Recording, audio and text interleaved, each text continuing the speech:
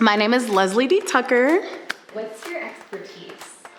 I would say I am a confidence advocate, but I also do content creation, and I love to work with social media, and anything that has anything to do with confidence building is my thing for the most part. What really made you want to be like, I want to be a part of the BODCon?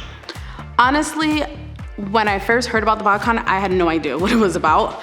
I literally had not a clue. And then once you start looking into the mission and what it means to be body confident and what it means to put yourself out there for other people, I knew that I was on the right track.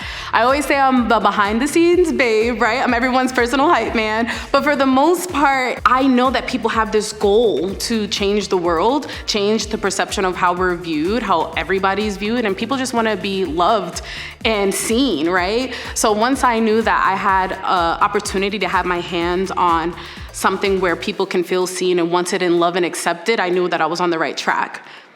So yeah, that's what made me start with the BODCon, and now it's like I'm 100% invested and I just have so many visions of what the BODCon can be. What we have in store soon enough. So tell me one thing that you secretly love about you, Leslie. The one thing I love most about me is I don't care what anybody thinks for the most part ever. Like at all. Like there's times where I went 25 years with caring about like what my parents thought of me, and every single thing I did because my parents did. My mom chose my college, my mom chose my career, I have my degree in musical theater. No one ever asked me like what I wanted to do. It was just, oh, you got a full ride to this college, this is where you're going to. This is what you're going to do for school. This is gonna be your activities, you're gonna sing, whatever the case is. Now that I love my mom to death and I love my dad to death, I can make my own decisions. There's nothing that anybody can tell me that can hurt my feelings because I've already heard it a million times over and over again.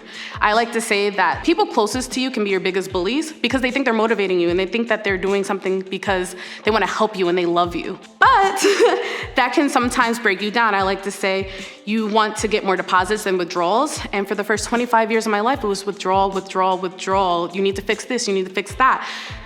There's nothing else for anybody to take from me, so now I can just be who I am unapologetically. So you can say whatever you want. You don't like my outfit, period, I don't care, right? For the one, that's how I am. So if you could achieve anything at all, what would it be? Oh, it's so minimal. It's not even like a big goal. I just want everyone to just be happy with where they're at. That is a big goal. I know it seems simple, but it's hard because I see beauty in people that they don't see 99% of the time. And all I want is people to be able to look in the mirror and say, I love myself and I'm here for a reason and I have a purpose. There's a reason why I'm alive. And until you could look yourself in the mirror, you could look at me and I'll tell you what you need to think, right? But for the most part, if I could just have people see themselves how I see them, like, even if it's one person, two people, you guys know I like to say I'm a micro person. I like to, be behind the scenes. But that's because I'm really humble and I just want the people around me that I can help.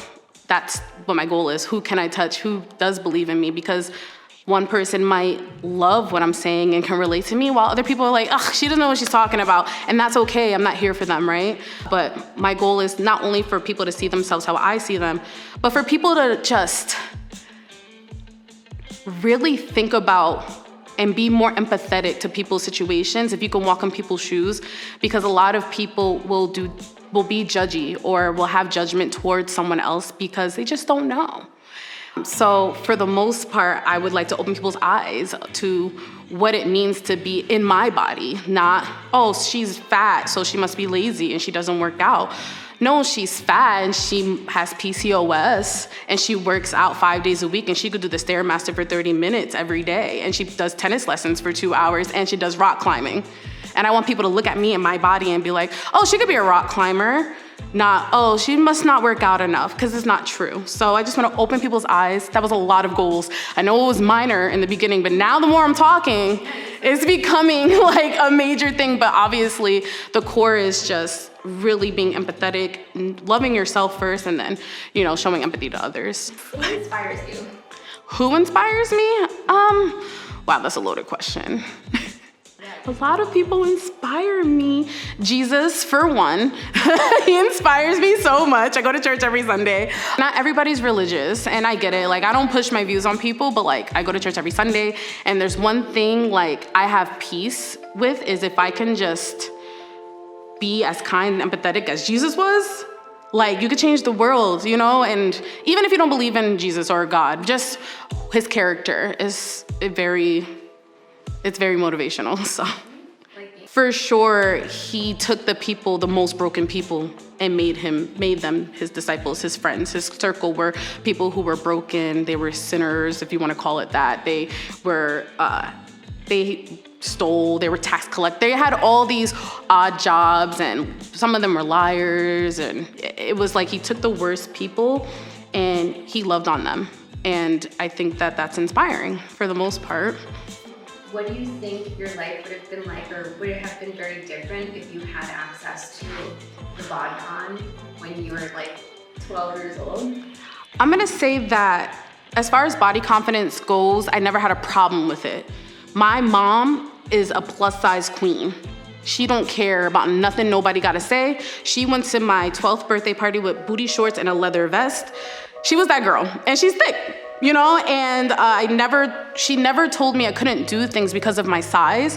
So I never had that passive like, oh, I don't like who I am and my skin. I never went to school, middle school, high school like that.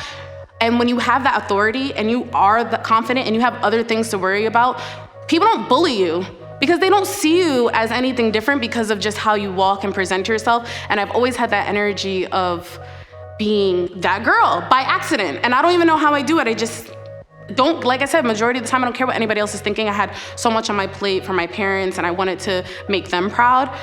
But what I will say is that if you are that girl and you act like that girl, then you are that girl and nobody will say anything to you. And if they have the balls to say something to you, I feel bad for them. I've gone to too much therapy to like dwell on, you know, negative things that people have to say to me. You know, you go to therapy, you learn, you know, that people are going through their own mess, right? And that's how it was. I would see girls crying in the bathroom. I'd be like, what's wrong with you? Why are you crying? Like, I was always that person. I was always so kind. And so people always saw the beauty in me because of just my personality and who I was. And I was beautiful. Just because I was thick didn't mean I was beautiful. It just meant that people had to deal with it and figure it out. Like, whoa, what does that mean? Like, I never met someone that could be, you know, fat and gorgeous. And it is what it is. You know, they'll learn little by little, but, you know, if you have that energy, nobody can really say anything to you. How do you define confidence? Oh, I love this question. I always say the same answer. The true definition of confidence is minding your own business. For sure.